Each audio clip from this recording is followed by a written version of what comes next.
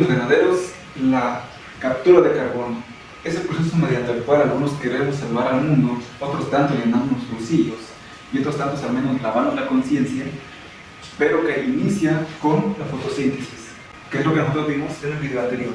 Cómo a partir de luz, dióxido de carbono y agua del suelo, entre otras cosas, producimos una molécula de glucosa.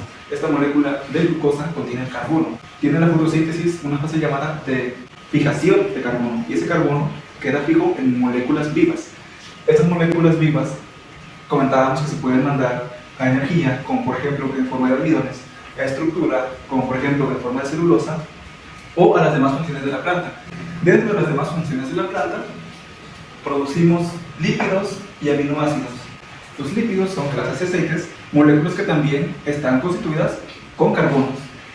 Y los aminoácidos son los bloques o las piezas que conforman las proteínas, que también están constituidas con carbonos.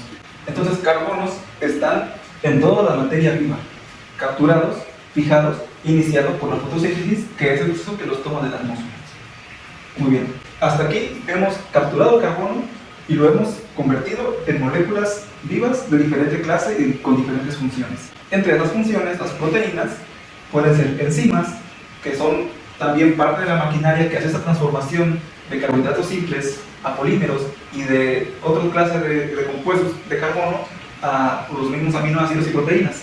También tenemos proteínas de estructura, como el colágeno de los huesos, de transporte, como la hemoglobina, que transporta oxígeno, de defensa, como las inmunoglobulinas, de movimiento, como la miosina, responsable de la contracción de los músculos, y de regulación, como por ejemplo la insulina, que también es una proteína. Estas proteínas, para hacer su función, porque son moléculas con una función, necesitan muchas de ellas cofactores que generalmente son iones metálicos, entre otros elementos, por ejemplo zinc, hierro para la hemoglobina, cobre, magnesio para la clorofila, manganeso, calcio, selenio y cromo, entre otros elementos que pueden ser cofactores. Y esos cofactores, como vimos en el video anterior, todos los elementos minerales, que también hay sodio, fósforo, potasio y otros, son dados a la planta a cambio de también carbohidratos por la red de nutrientes del suelo, que son todos los microorganismos, incluyendo hongos, bacterias, protozoarios, entre otros microorganismos y organismos micro y macrofauna que viven en el suelo y que son los encargados de procesar también los desechos, materia muerta y todo lo que es considerado materia orgánica. Entonces, tanto las plantas como los microorganismos están metidos en un ecosistema que tiene un flujo de biomoléculas. Estas biomoléculas son las que constituyen la biomasa o masa viva, y esta masa es la que contiene los carbonos.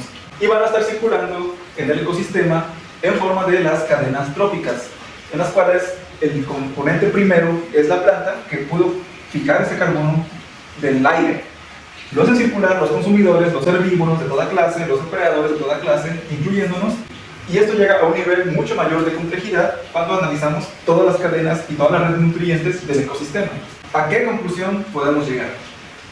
Que el carbono está contenido en la biomasa y que esta biomasa está circulando en las cadenas tróficas dentro del ecosistema. ¿Y por qué es importante esto? Especialmente en los climas tropicales. Porque en los climas tropicales tenemos una gran cantidad de lluvia. Esto implica que haya humedad, que haya calor, porque tenemos radiación solar también.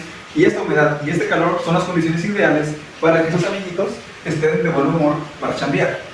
Y van a estar con toda la materia que les llegue a estar a su alcance, consumiendo.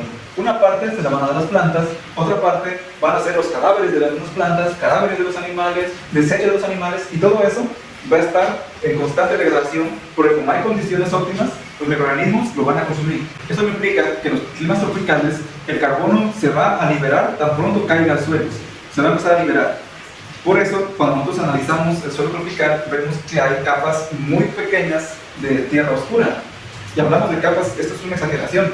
Si ustedes ven cortes en las carreteras que hacen para pasar o hacen una calicata, saben que hay capas muy pequeñas que son de suelo orgánico, que normalmente es negro. Por eso se dice que el color negro lo inventó la vida. Y todo lo demás es material que, si bien contiene minerales y contiene nutrientes, no está siendo una parte importante de la captura del carbono, que es el tema que estamos viendo ahorita. Si yo estoy en otros ecosistemas más fríos, la actividad microbiana es más lenta o incluso llega a ser estacional, y yo sí puedo hablar de tener carbono capturado, porque además, como la precipitación es poca, no está constantemente siendo lavado y llevado a otras partes, sino que se queda ahí capturado. En los climas tropicales, la mayor porción del carbono está en forma de biomoléculas y no estacionada en el suelo. Y las raíces de los árboles crecen de forma horizontal porque saben que la mayor disponibilidad de nutrientes está cerca de la superficie. Pero también esos mismos árboles producen tallos erectos con carbono, porque la madera es celulosa y celulosa lignina, todas moléculas que contienen carbono, y hacen unos volúmenes impresionantes de biomoléculas de carbono que están ahí fijos, que están ahí capturados. Todos los anillos de crecimiento del árbol, que son ya parte del xilema o simplemente parte de estructura, porque la parte que está con mayor actividad está entre la corteza y la madera. Esa es la parte, una zona que hay mayor actividad. Todo lo demás es carbono que ya podríamos considerar capturado. Desde luego, es un reservorio que simplemente retiene el carbono por más tiempo, y en cuanto el árbol muera, las termitas, los hongos y los microorganismos se van a encargar de liberar esos carbonos y ponerlos a la disposición de una cadena trófica que ya está ahí esperando esos carbonos.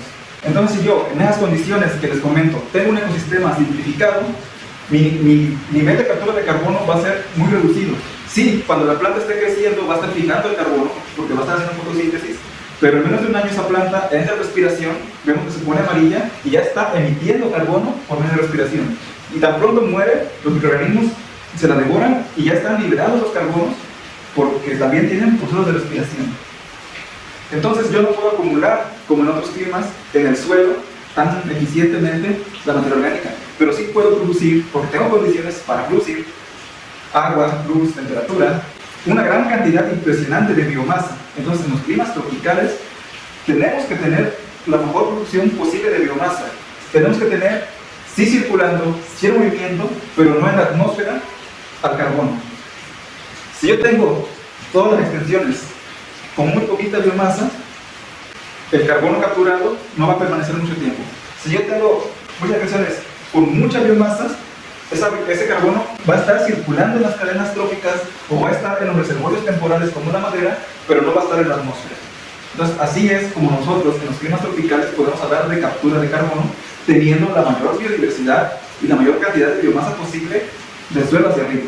Por eso es tan importante los sistemas de manejo silvopastoriles y la administración de acaguales, que es lo que podemos ver también en nuestro canal, y por eso nosotros decimos que es la ganadería del futuro y también la ganadería con futuro.